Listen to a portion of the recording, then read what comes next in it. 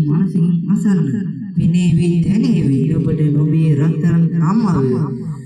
නමෝ දස්ස භගවතු අරහතු සම්මා සම්බුද්දස්ස හිත තුල ඇති කරුණා නැත නින්නා මාගේ තුන්බිනි නැති කළ ධම්මා උස්නදයක් කැවි නැති අම්මා වනපද අසමින් සනසුණු අම්මා පන්සල වෙහෙරට සැදහින් ගිය අම්මා වනපද අසමින් උරු කළ අම්මා පිරිත් අසන්නට උරු